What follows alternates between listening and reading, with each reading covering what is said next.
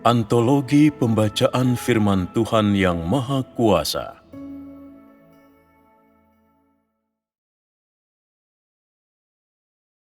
Bagaimana mengetahui watak Tuhan dan hasil yang akan dicapai pekerjaannya?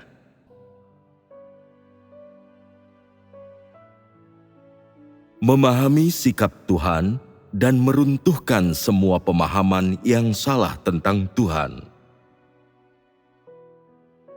Tuhan yang engkau semua percayai saat ini, pernahkah engkau semua memikirkan Tuhan seperti apakah Dia?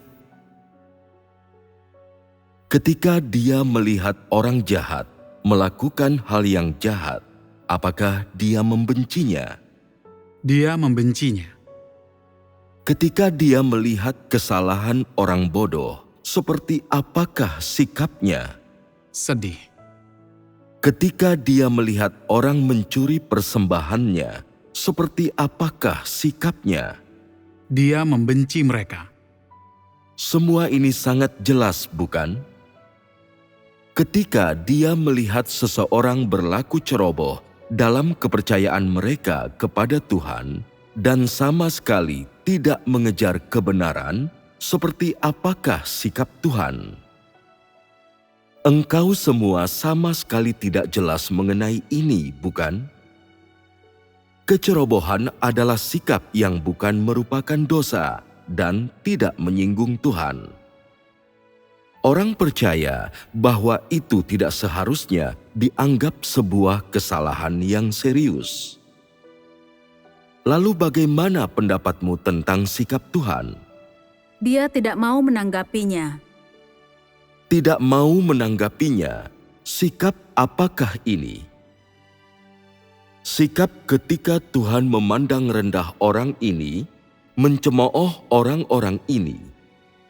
Tuhan menangani orang-orang ini dengan memberi mereka perlakuan tidak ramah. Pendekatannya adalah menyingkirkan mereka, tidak melakukan pekerjaan apapun pada diri mereka, termasuk pencerahan, penerangan, didikan, atau tindakan mendisiplinkan. Tipe orang ini tidak diperhitungkan dalam pekerjaan Tuhan. Seperti apakah sikap Tuhan terhadap orang yang mengusik wataknya dan menyinggung ketetapan administratifnya? Kebencian yang ekstrim. Tuhan dibuat marah sekali oleh orang yang tidak merasa bersalah karena mengusik wataknya. Marah hanya sebuah perasaan. Suasana hati tidak dapat merepresentasikan sebuah sikap yang jelas. Namun, perasaan ini, suasana hati ini akan mendatangkan sebuah kesudahan bagi orang ini. Itu akan memenuhi Tuhan dengan kebencian yang ekstrim. Apakah konsekuensi dari kebencian yang ekstrim ini? Tuhan akan menyingkirkan orang ini dan tidak merespons mereka untuk saat ini. Dia kemudian akan menunggu waktu untuk menyortir mereka setelah musim gugur. Apa yang tersirat dari hal ini? Apakah orang ini masih memiliki kesudahan? Tuhan tidak pernah bermaksud memberi kesudahan kepada tipe orang ini. Lalu, apakah tidak lazim bahwa Tuhan pada saat ini tidak merespons tipe orang seperti ini? Ya, Bagaimana seharusnya tipe orang seperti ini menyiapkan diri sekarang? Mereka harus menyiapkan diri menerima konsekuensi negatif yang disebabkan oleh perilaku mereka dan kejahatan yang telah mereka lakukan. Ini adalah respons Tuhan terhadap orang semacam ini.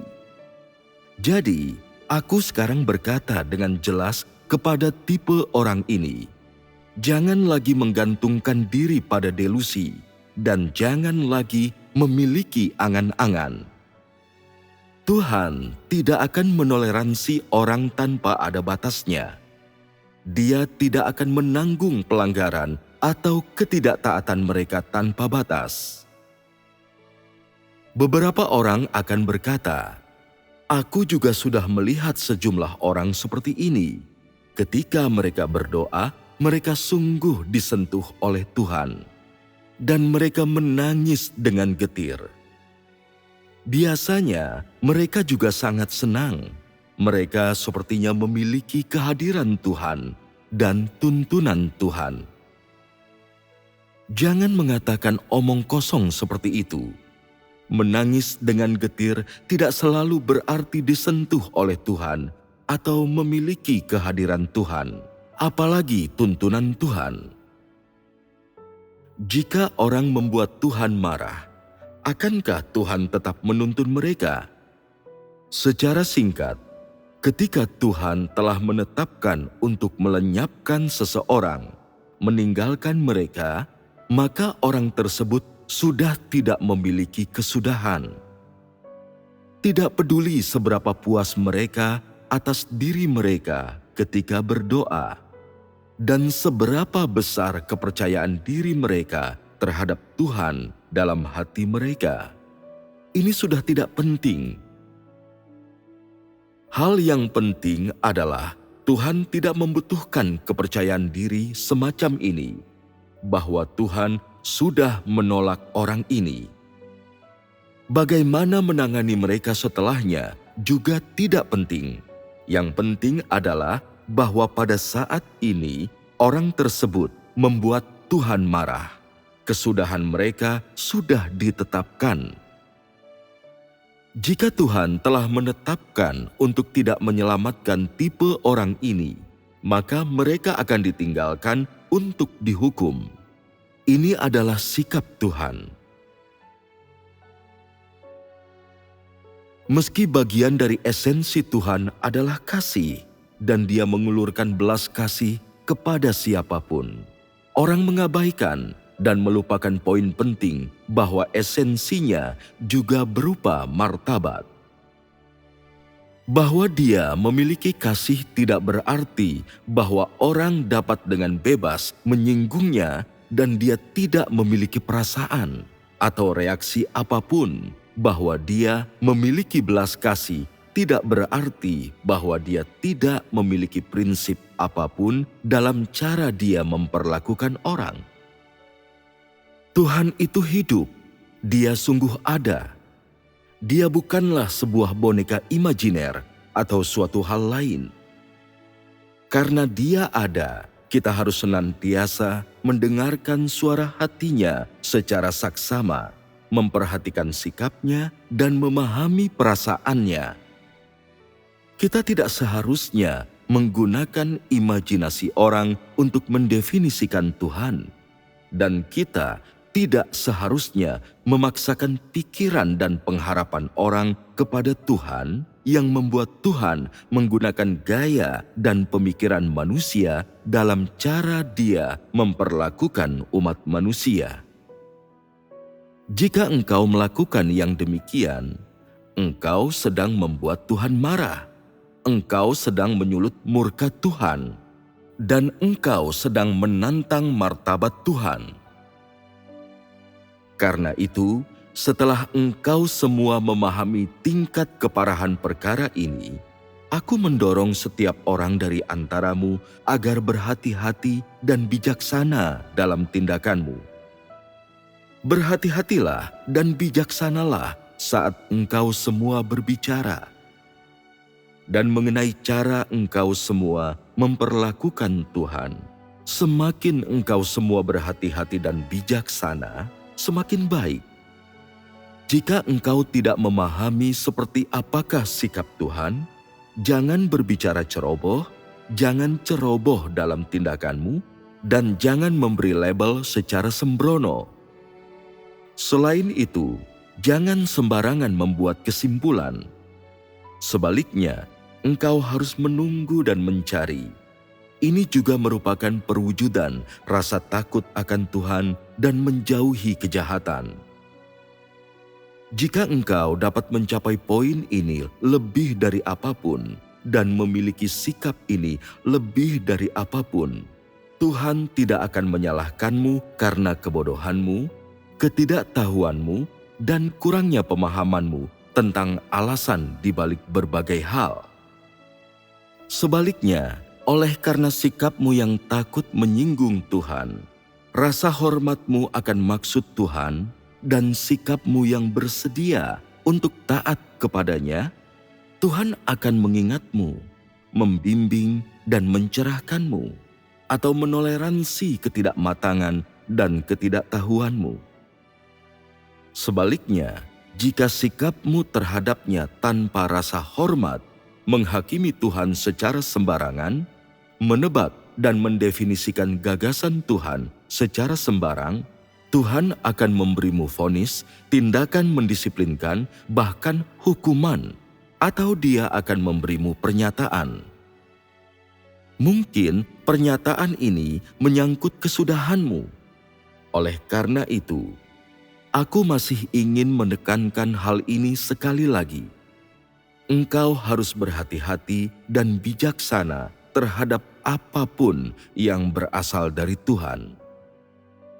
Jangan berbicara dengan ceroboh dan jangan ceroboh dalam tindakanmu. Sebelum engkau mengatakan apapun, engkau harus berpikir, apakah melakukan ini membuat Tuhan marah? Apakah melakukan ini sikap takut akan Tuhan?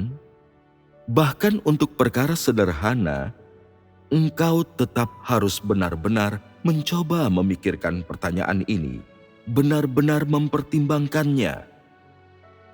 Jika engkau benar-benar dapat melakukan perbuatan nyata berdasarkan prinsip ini dimanapun, dalam segala hal, dan setiap saat, serta menerapkan sikap sedemikian rupa, terutama saat engkau tidak memahami sesuatu, Tuhan akan senantiasa membimbingmu dan akan senantiasa memberimu jalan untuk diikuti.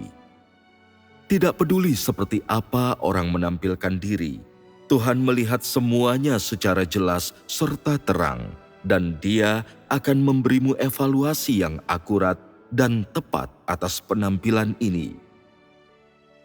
Setelah engkau mengalami ujian terakhir, Tuhan akan menilai semua perilakumu dan mengumpulkannya secara lengkap untuk menetapkan kesudahanmu. Hasil ini akan meyakinkan siapapun tanpa sedikit pun keraguan. Apa yang ingin aku katakan kepadamu adalah bahwa setiap perbuatanmu, tindakanmu, dan pikiranmu akan menentukan nasibmu.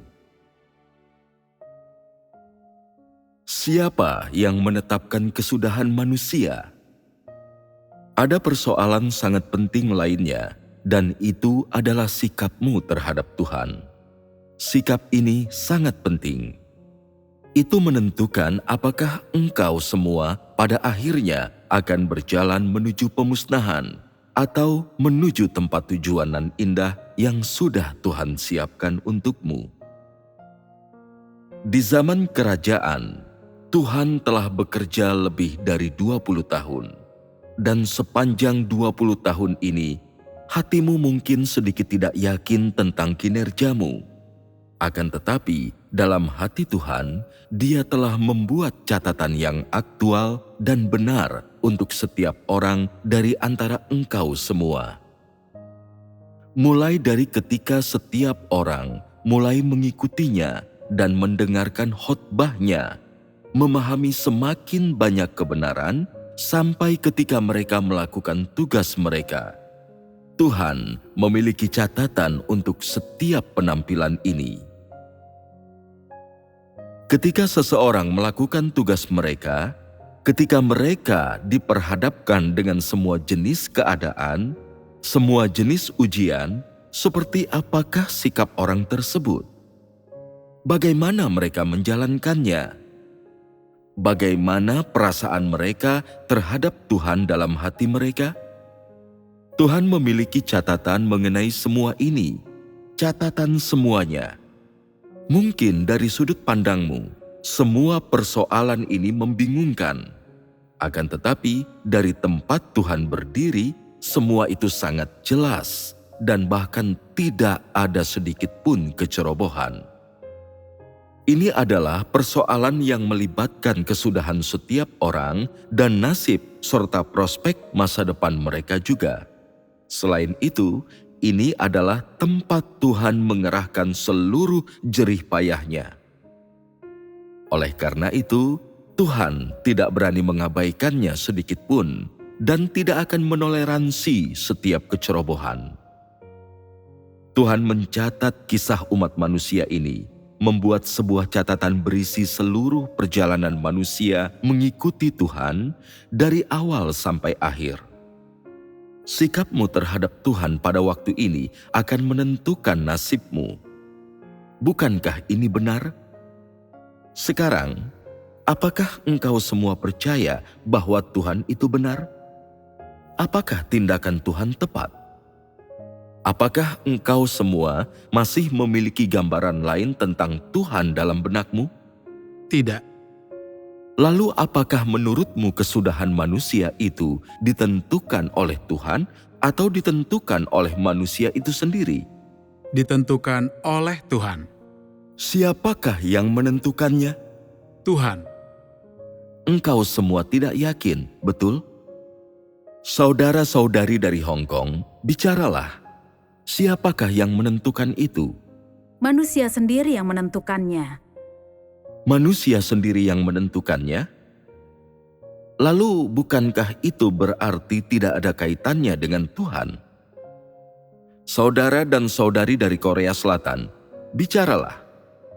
Tuhan menetapkan kesudahan manusia berdasarkan semua tindakan dan perbuatan mereka, dan berdasarkan jalan yang mereka lalui. Ini sebuah respons yang sangat objektif. Ada sebuah fakta yang harus aku sampaikan kepada engkau semua. Di sepanjang pekerjaan penyelamatan Tuhan, Dia menetapkan sebuah standar untuk manusia. Standar ini adalah agar manusia dapat menaati firman Tuhan dan berjalan dalam jalan Tuhan. Standar inilah yang digunakan untuk menimbang kesudahan manusia. Jika engkau melakukan pengamalan sesuai dengan standar Tuhan ini, maka engkau dapat memperoleh kesudahan yang baik. Jika engkau tidak melakukan demikian, maka engkau tidak dapat memperoleh kesudahan yang baik. Jadi, siapakah menurutmu yang menetapkan kesudahan ini? Bukan Tuhan sendiri yang menetapkannya, melainkan Tuhan dan manusia bersama-sama. Apakah benar demikian? Ya. Mengapa demikian? Karena Tuhanlah yang secara aktif ingin terlibat dalam pekerjaan penyelamatan umat manusia dan menyiapkan tempat tujuan yang indah untuk manusia. Manusia adalah target pekerjaan Tuhan, dan kesudahan ini, tempat tujuan ini, adalah apa yang Tuhan siapkan untuk manusia. Jika tidak ada target untuk pekerjaannya, maka Tuhan tidak perlu melakukan pekerjaan ini. Jika Tuhan tidak melakukan pekerjaan ini, maka manusia tidak akan punya kesempatan untuk mendapat keselamatan. Manusia adalah target penyelamatan, dan kendati manusia berada di sisi yang pasif dalam proses ini, sikap dari sisi inilah yang menentukan apakah Tuhan akan berhasil atau tidak dalam pekerjaannya untuk menyelamatkan umat manusia. Jika bukan karena tuntunan yang Tuhan berikan kepadamu, maka engkau tidak akan mengetahui standarnya, dan engkau tidak akan memiliki tujuan.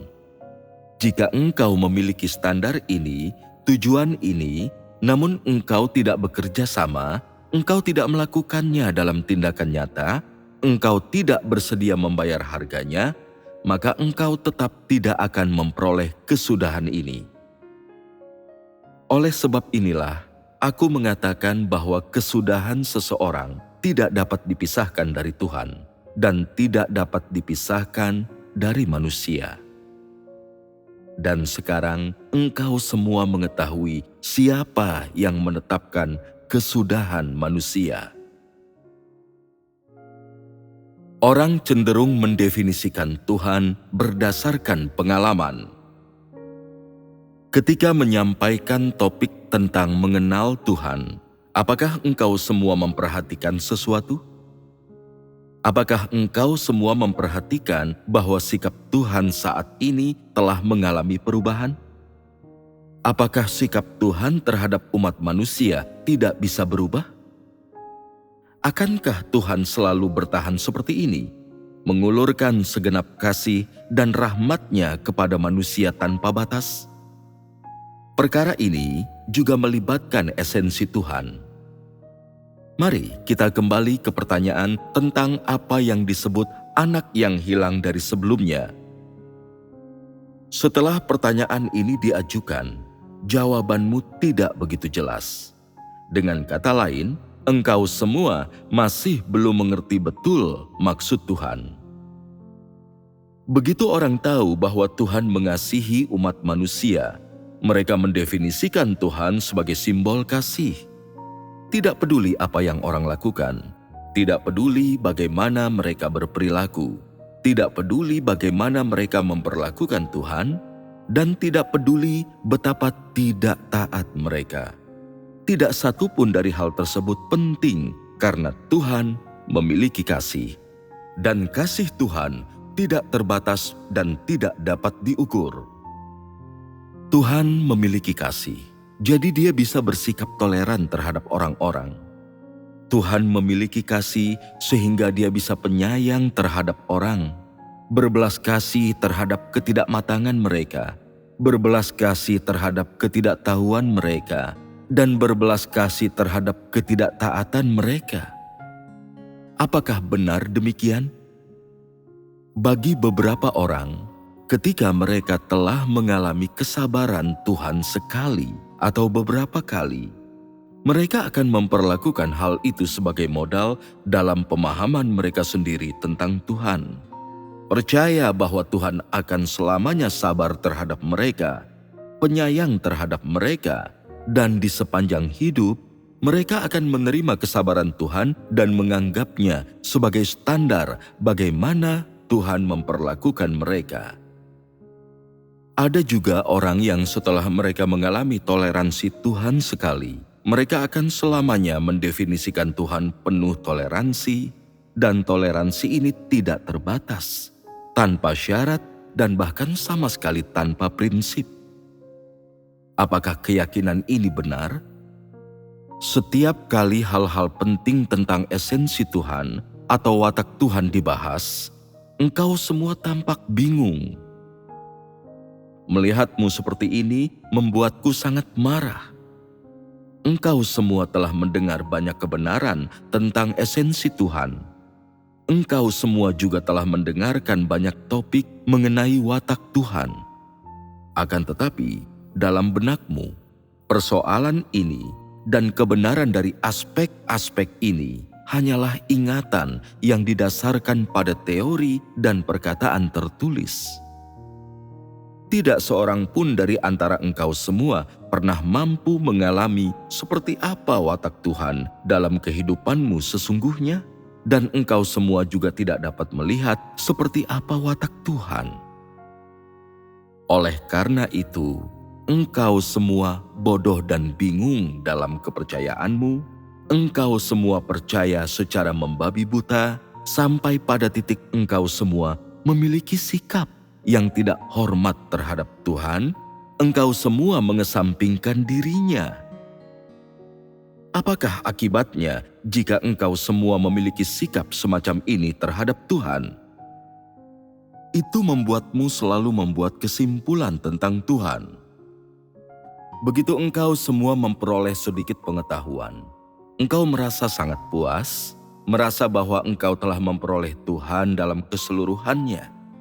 Setelah itu, engkau semua menyimpulkan bahwa seperti inilah Tuhan itu, dan engkau semua tidak membiarkannya bergerak bebas. Dan setiap kali Tuhan melakukan sesuatu yang baru, engkau semua tidak mengakui bahwa Dia adalah Tuhan. Suatu hari, ketika Tuhan berkata, Aku tidak lagi mengasihi manusia. Aku tidak lagi memberikan belas kasih kepada manusia.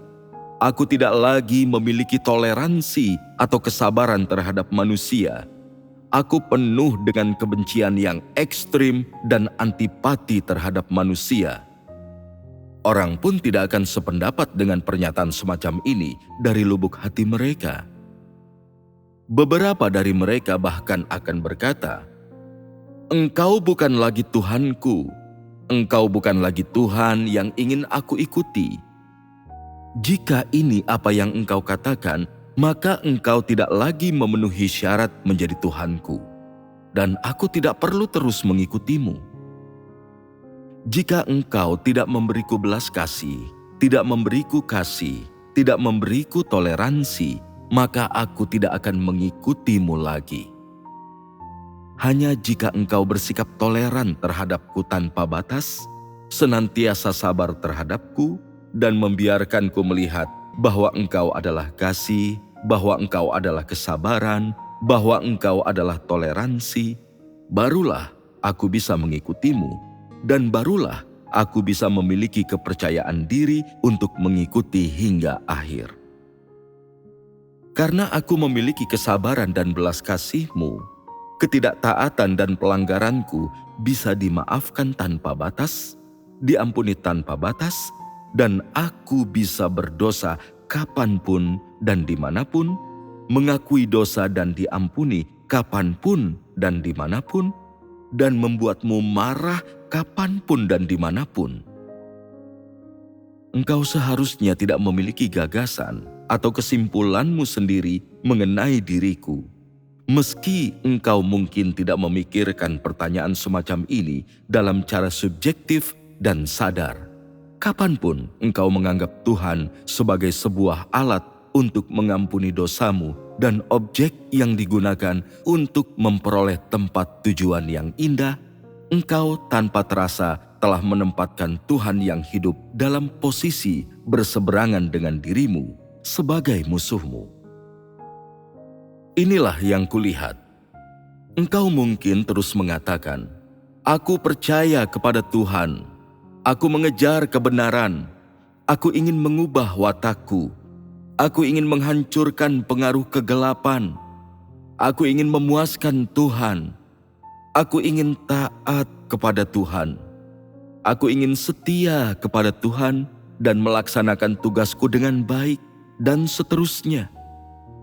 Akan tetapi, tidak peduli sebagus apapun yang engkau ucapkan, tidak peduli seberapa banyak teori yang engkau ketahui, tidak peduli seberapa memaksakan teori itu, seberapa agungnya itu, faktanya adalah bahwa sekarang ada banyak orang di antara engkau semua yang telah belajar bagaimana menggunakan peraturan, doktrin, teori yang telah engkau semua kuasai untuk menarik kesimpulan tentang Tuhan dan menempatkan Dia dalam posisi berseberangan dengan dirimu dengan cara yang benar-benar alami.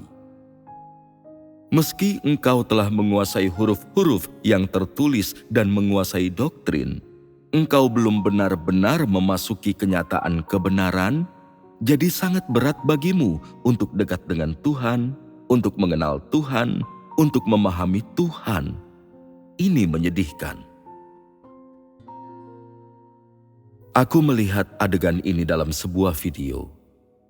Beberapa saudari memegang sebuah buku firman menampakkan diri dalam rupa manusia, dan mereka menjunjungnya sangat tinggi. Mereka menjunjung buku ini di tengah-tengah mereka, lebih tinggi dari kepala mereka sendiri. Meski ini hanyalah sebuah gambaran, apa yang timbul dalam diriku bukanlah sebuah gambaran. Sebaliknya, itu membuatku berpikir bahwa apa yang dijunjung tinggi oleh setiap orang dalam hati mereka bukanlah firman Tuhan, tetapi kitab berisi firman Tuhan. Ini masalah yang sangat menyedihkan. Cara melakukan perbuatan nyata sama sekali bukanlah hal menjunjung tinggi Tuhan.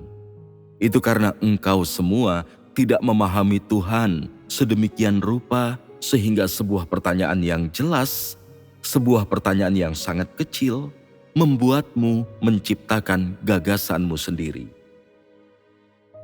Ketika aku menanyakan hal-hal tentangmu, ketika aku bersikap serius terhadapmu, engkau semua menanggapi dengan spekulasi dan imajinasimu sendiri.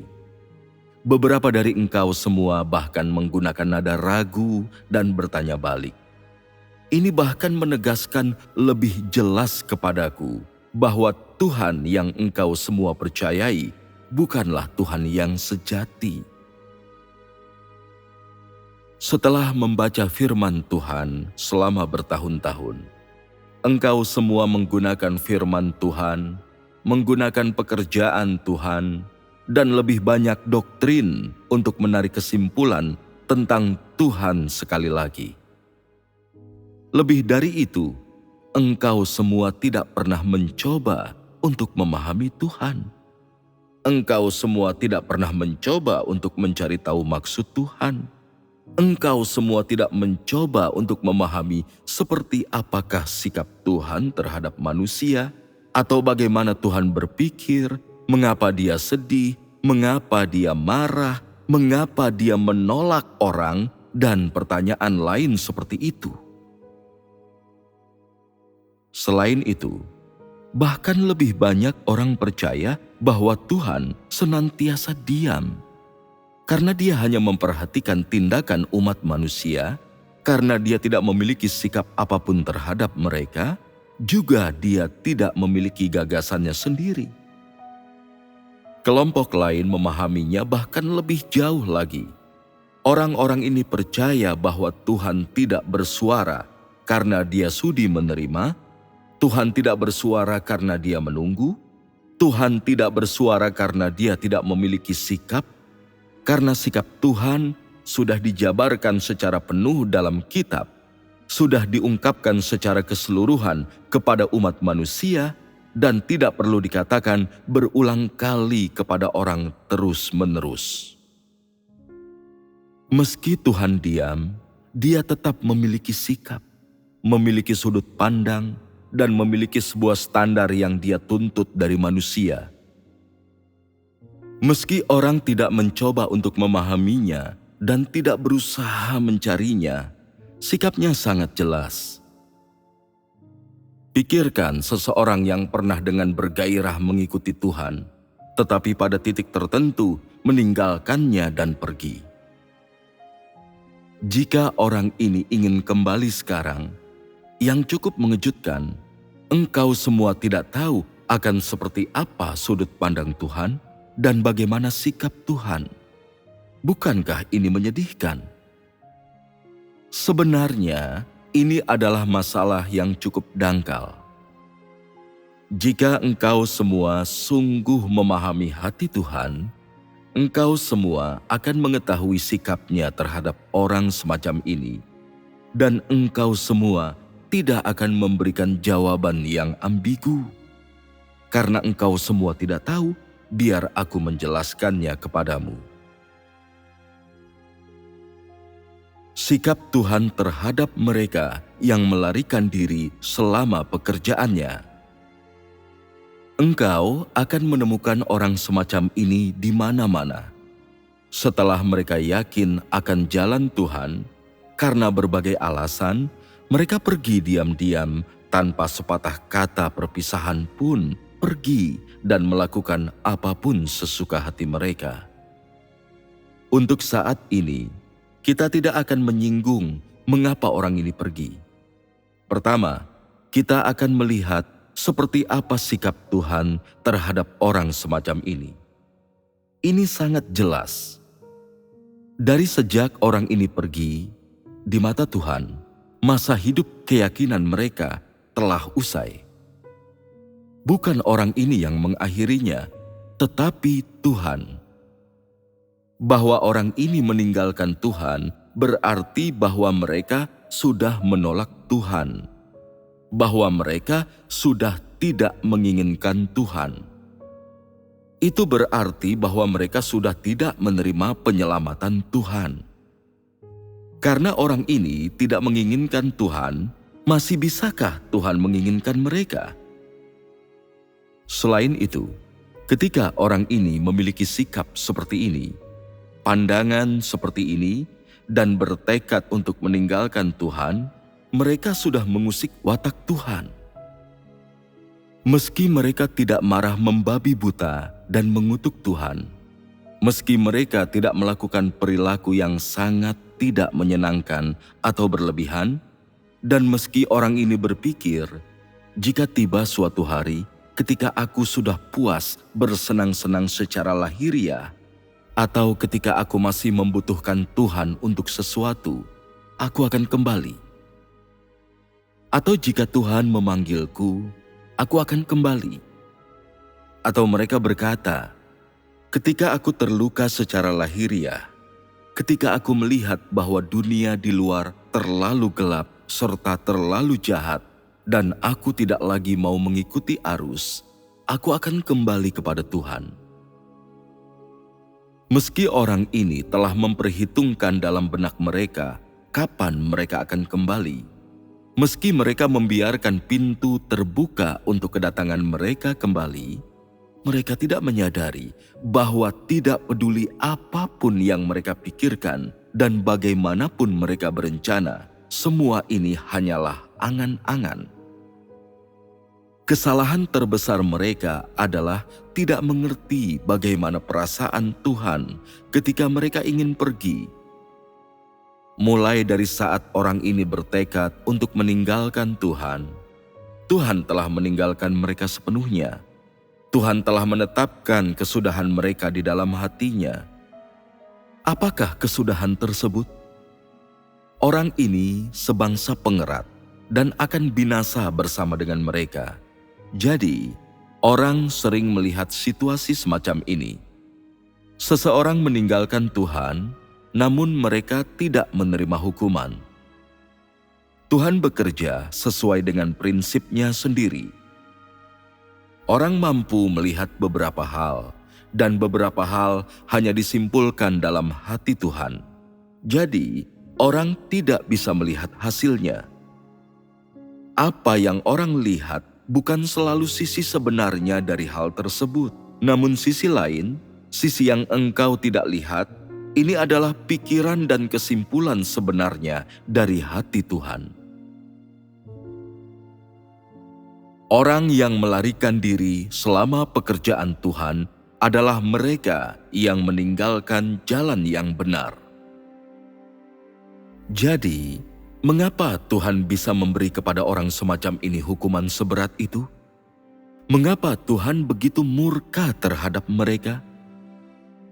Pertama-tama, kita semua tahu bahwa watak Tuhan adalah kemegahan, juga murka. Dia bukan seekor domba yang akan disembelih oleh siapapun. Terlebih lagi, dia bukan sebuah boneka yang dikendalikan oleh orang semau mereka. Dia juga bukan udara hampa yang diperintah ke sana kemari oleh orang. Jika engkau sungguh percaya bahwa Tuhan ada, engkau seharusnya memiliki hati yang takut akan Tuhan. Dan engkau seharusnya tahu bahwa esensi Tuhan tidak untuk dibuat marah.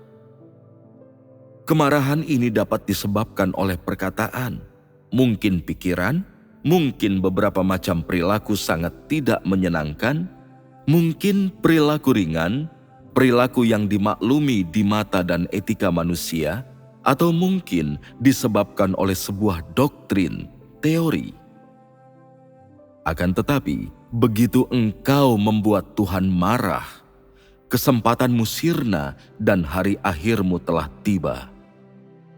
Ini adalah hal yang sangat menakutkan. Jika engkau tidak memahami bahwa Tuhan tidak bisa disinggung, maka engkau mungkin tidak gentar terhadap Tuhan, dan engkau mungkin menyinggungnya terus-menerus. Jika engkau tidak tahu bagaimana takut akan Tuhan, maka engkau tidak mampu untuk takut akan Tuhan. Dan engkau tidak mengetahui bagaimana menempatkan dirimu pada jalur berjalan di jalan Tuhan, yaitu takut akan Tuhan dan menjauhi kejahatan. Setelah engkau mulai memahami, engkau bisa sadar bahwa Tuhan tidak bisa disinggung, maka engkau akan mengetahui seperti apakah takut akan Tuhan dan menjauhi kejahatan itu. Berjalan di jalan takut akan Tuhan dan menjauhi kejahatan tidak selalu berarti seberapa banyak kebenaran yang engkau ketahui, seberapa banyak ujian yang telah engkau alami, atau seberapa sering engkau telah didisiplinkan. Sebaliknya, itu bergantung pada apakah esensi hatimu berkenaan dengan Tuhan dan seperti apakah sikapmu terhadap Tuhan. Esensi orang dan sikap subjektif mereka, semua ini sangat penting, kunci utama, berkenaan dengan orang yang telah menolak dan meninggalkan Tuhan.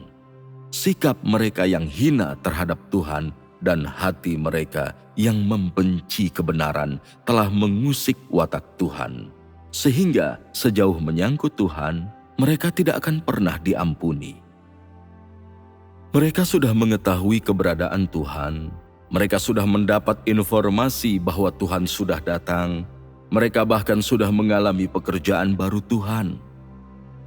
Kepergian mereka bukan karena tertipu, juga bukan karena mereka mengetahui hal tersebut secara samar.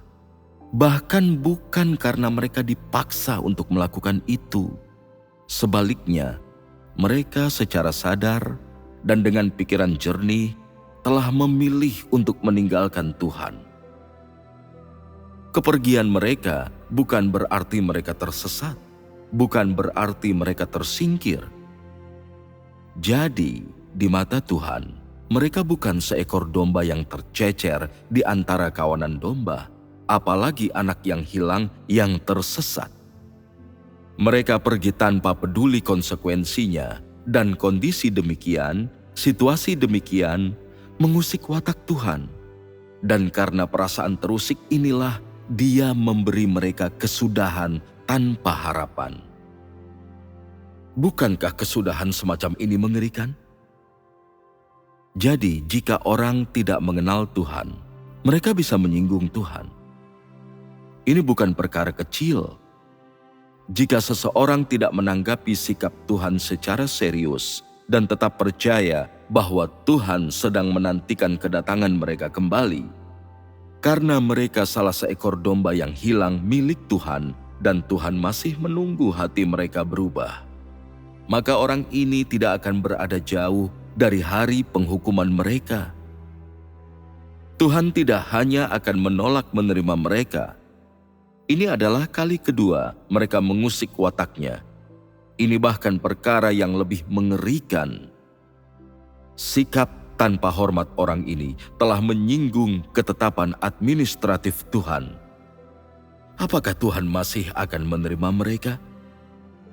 Dalam hatinya, prinsip Tuhan mengenai perkara ini adalah bahwa ketika seseorang sudah yakin akan jalan yang benar, tetapi tetap bisa secara sadar dan dengan pikiran yang jernih menolak Tuhan dan meninggalkan Tuhan, maka Tuhan akan menutup jalan menuju keselamatan mereka, dan gerbang ke dalam kerajaan sejak saat itu akan tertutup untuk mereka. Ketika orang ini datang mengetuk sekali lagi, Tuhan tidak akan membukakan pintu untuk mereka lagi. Orang ini akan dibiarkan berada di luar untuk selamanya. Mungkin beberapa dari engkau semua telah membaca kisah Musa dalam Alkitab. Setelah Musa diurapi oleh Tuhan, 250 orang pemimpin mengungkapkan ketidaktaatan mereka terhadap Musa karena tindakannya dan berbagai alasan lain. Mereka menolak untuk taat kepada siapa? Bukan kepada Musa. Mereka menolak untuk taat kepada pengaturan Tuhan. Mereka menolak untuk taat kepada pekerjaan Tuhan pada perkara ini. Mereka mengatakan kalimat ini, "Sekarang cukuplah itu. Segenap umat itu kudus, masing-masing dari mereka kudus, dan Yahweh ada di tengah-tengah mereka." Di mata manusia, apakah kata-kata ini sangat serius? Tidak serius. Setidaknya, makna harfiah dari kata-kata tersebut tidak serius. Dalam arti hukum, kata-kata itu tidak melanggar hukum apapun, karena di permukaan, itu bukan bahasa atau kosakata yang tidak bersahabat, apalagi mengandung makna menghujat. Itu hanyalah kalimat umum, tidak lebih. Namun, mengapa kata-kata ini bisa memicu kemarahan Tuhan sampai sedemikian rupa? Karena kata-kata itu tidak diucapkan kepada manusia, tetapi kepada Tuhan. Sikap dan watak yang diungkapkan melalui perkataan itu adalah hal yang benar-benar mengusik watak Tuhan, khususnya watak Tuhan yang tidak bisa disinggung. Kita semua tahu seperti apa kesudahan mereka di akhir. Mengenai mereka yang meninggalkan Tuhan, apakah sudut pandang mereka? Apakah sikap mereka? Dan mengapa sudut pandang dan sikap mereka membuat Tuhan melakukan penanganan atas diri mereka dengan cara demikian? Alasannya adalah karena mereka dengan jelas tahu bahwa Dia adalah Tuhan, namun mereka tetap memilih untuk mengkhianatinya. Inilah alasan mengapa mereka sama sekali tidak diberi kesempatan untuk mendapatkan keselamatan. Persis seperti apa yang dikatakan dalam Alkitab. Karena jika kita dengan sengaja berbuat dosa setelah menerima pengetahuan kebenaran, maka tidak ada lagi korban untuk menghapus dosa itu. Apakah engkau semua jelas mengenai perkara ini sekarang?